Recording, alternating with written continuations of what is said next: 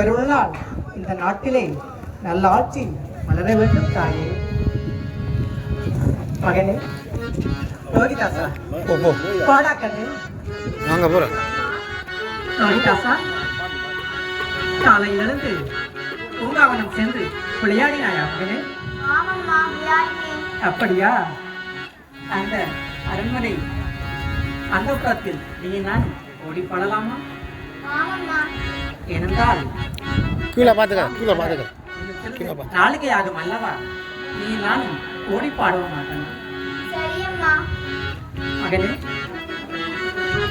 ராஜயோக துறையே வாடா, நீ ஒரு முத்தம் தாடா.